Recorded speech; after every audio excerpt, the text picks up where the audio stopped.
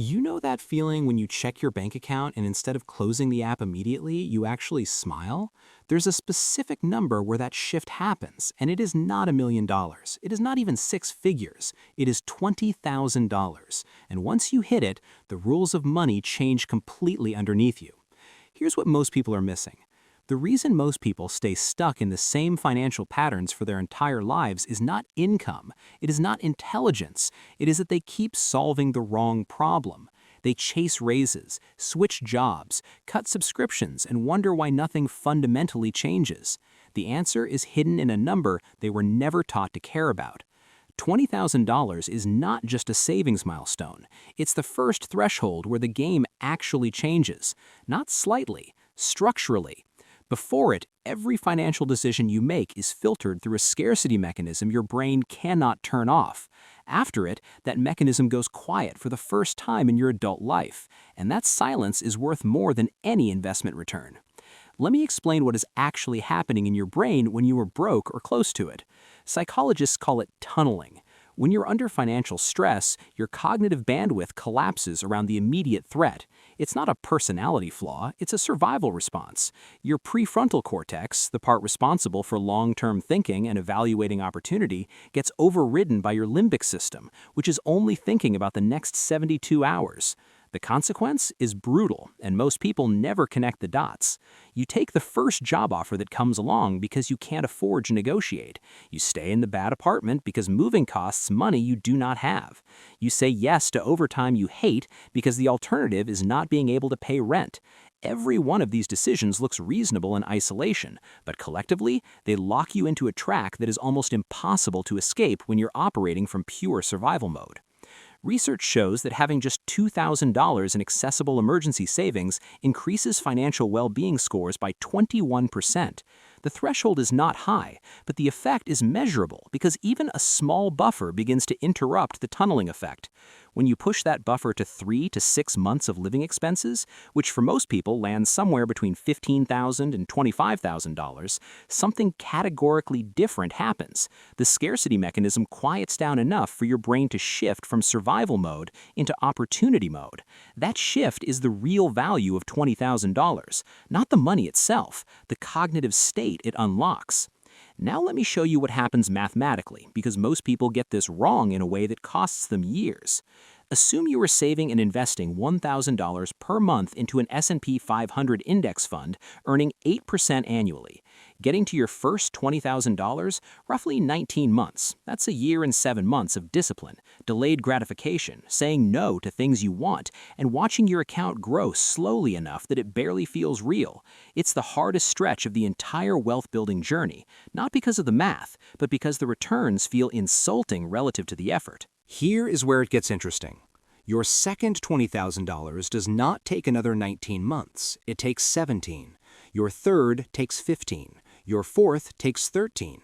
The timeline compresses because the first $20,000 is now running alongside your contributions, generating its own returns and pulling its own weight. By the time you have $400,000 invested, you are generating a new $20,000 roughly every 5 months without doing anything differently. Same contribution, same index fund, same strategy. The only variable that changed was the base you were compounding from. This is the thing most people visualize incorrectly about wealth building. They picture it as a straight line, linear effort producing linear results. That model is wrong, and it causes people to quit. The actual shape is a curve, shallow at first, almost flat, then bending upwards slowly, then accelerating until it goes nearly vertical. The problem is you cannot see the curve from inside the shallow end. You are just grinding, watching slow progress, and making a rational but catastrophically wrong conclusion that the whole journey will look like this. So you stop.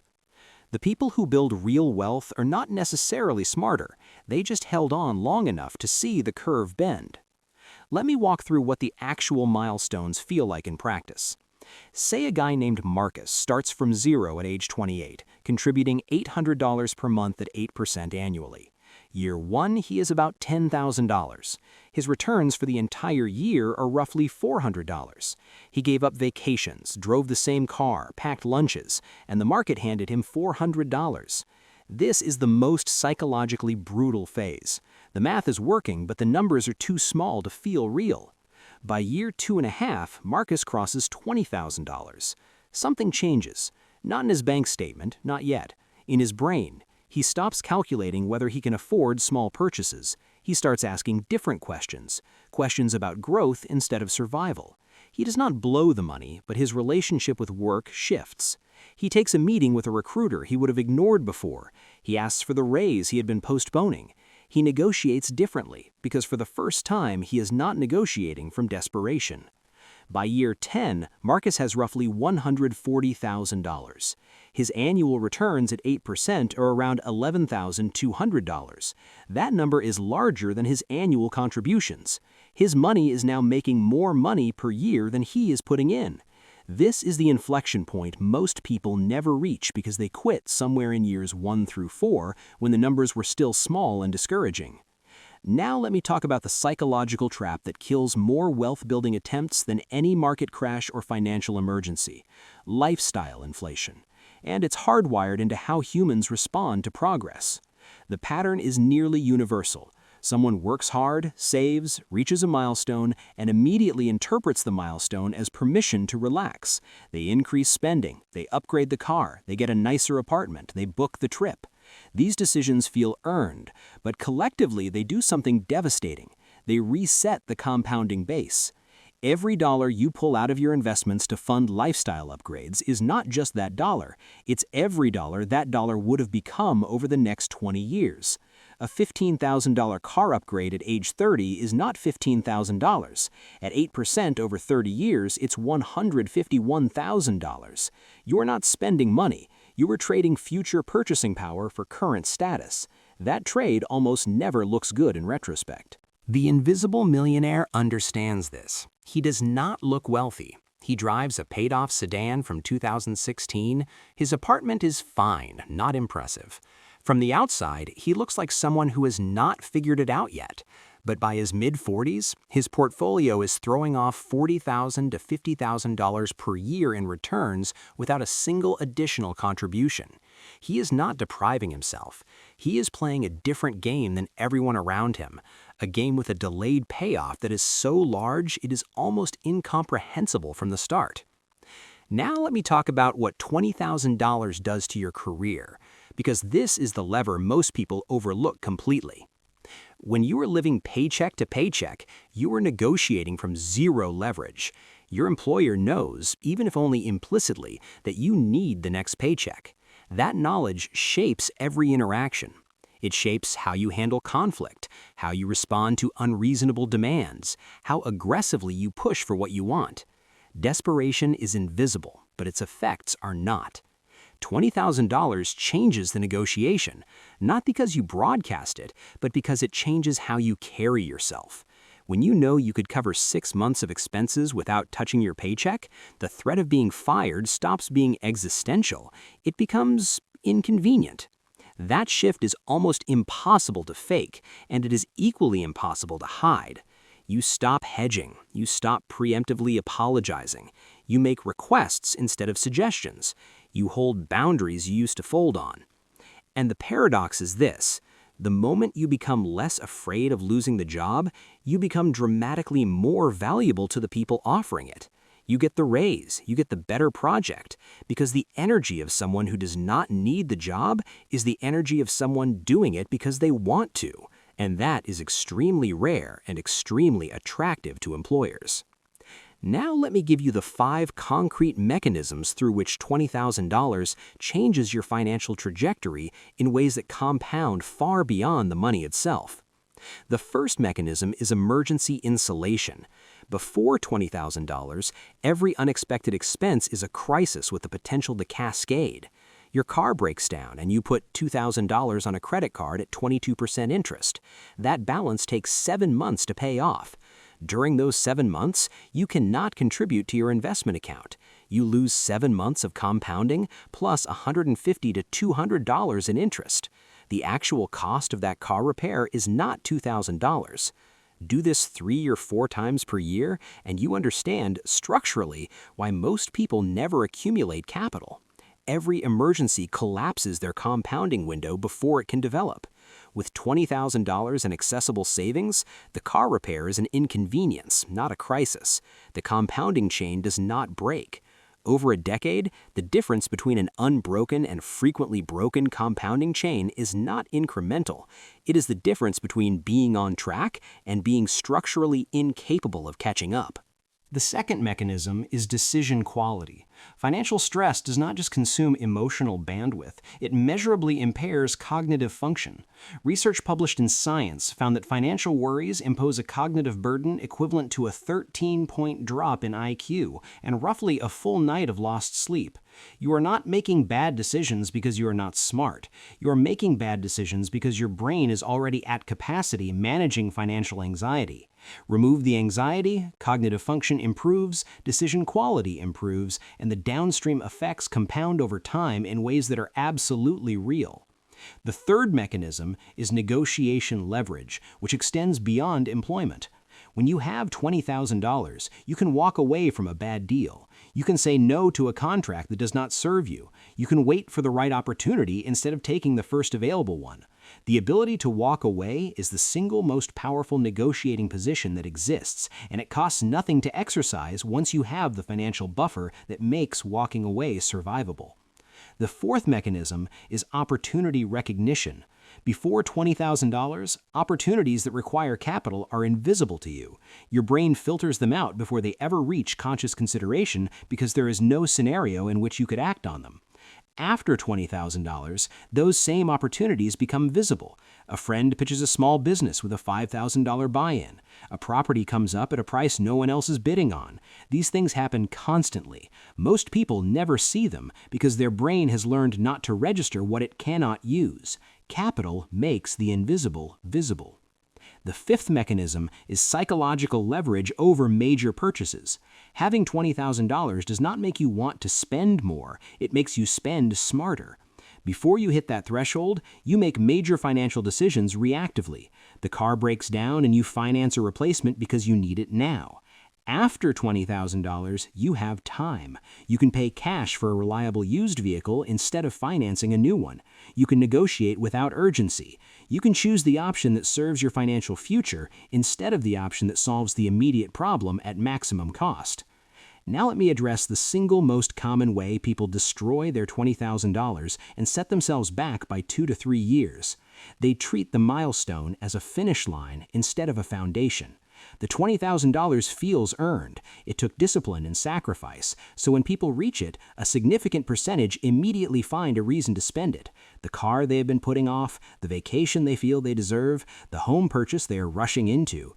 Every one of these decisions feels justified. None of them are strategically sound. Here is the math on what you are actually trading. At 8% annual returns over 30 years, $20,000 becomes approximately $201,000. You are not spending $20,000. You are spending $201,000 of future purchasing power. Once you see it that way, the new car looks very different. The first $20,000 is not a reward. It is the seed capital of your entire financial future. The people who treat it as a reward spend the next 5 years rebuilding from zero. The people who treat it as a foundation watch it become the base from which everything else compounds. Here is the exact framework for what to do once you hit this threshold. Step 1. Leave the first $15,000 completely untouched in a high-yield savings account earning 4 to 5%. This is your emergency fund. It is not an investment. It is insurance. It is the buffer that protects every other financial decision you make from cascading into a crisis. Do not invest it. Do not think of it as available capital. It exists solely to keep your compounding chain unbroken when life happens. Step 2. Take the remaining $5,000 and begin an investment position if you do not already have one. A broad market index fund is the right starting point for most people, not because it is exciting, but because the data on active management versus passive indexing over 20-year periods overwhelmingly favors passive. You are not trying to beat the market. You are trying to participate in its long-term compound growth with the lowest possible friction and cost. Step 3. Automate everything from this point forward. Set up automatic transfers from your checking account to both accounts the day after your paycheck clears. Decide the amount once and never revisit it unless you are increasing it. Willpower is finite and unreliable. Systems are not. Every person who successfully builds wealth over decades does it through systems that remove the monthly decision of whether to invest. Remove the decision and you remove the failure mode. Step 4. Increase your contribution by 1 percentage point every time you receive a raise. Do not adjust your lifestyle to match the raise. Adjust your investment rate. A 10% raise at $70,000 is $7,000 per year. If you direct 75% of that increase into retirement accounts or taxable investments, you have just accelerated your compounding base significantly without feeling any reduction in quality of life because you never experienced the raise as spending money to begin with. Step 5. Do not touch the investment account during market downturns. This is where the psychological work matters most and where most people fail. When markets drop 20 or 30%, the rational response, based on historical data, is to continue contributing. You are buying assets at a discount.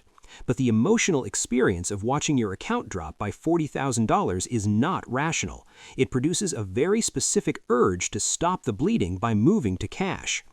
The people who moved to cash in 2008 did not just miss the recovery, they locked in losses at the bottom, sat in cash through years of gains while waiting for things to feel safe, and re-entered the market after missing 30 to 50% of the rebound. That sequence of decisions, completely understandable emotionally, permanently damaged their retirement trajectory. Meanwhile, the people who held and continued their automatic contributions bought shares at 50-cent dollars and accelerated their wealth building during the exact period that terrified everyone else. Studies consistently show that the average investor captures only 60 to 70% of market returns because they buy after markets go up and sell after markets go down.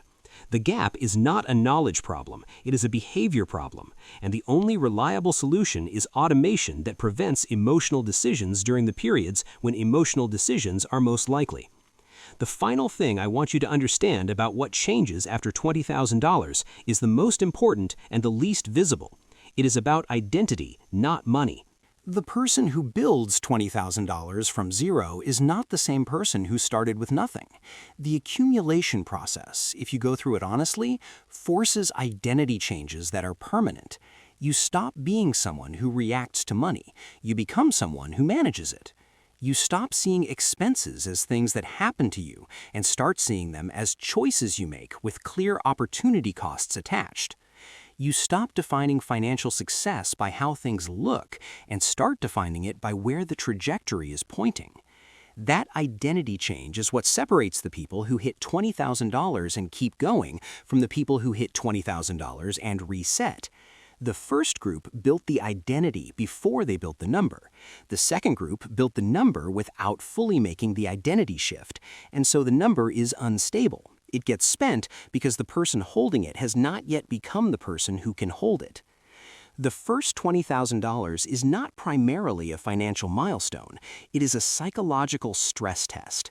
The market for your future self, asking whether you can operate on delayed gratification at scale, whether you can hold a commitment to your future when your present is constantly offering you better feeling alternatives, whether you can maintain a rational strategy when every cultural signal around you is telling you to spend and consume.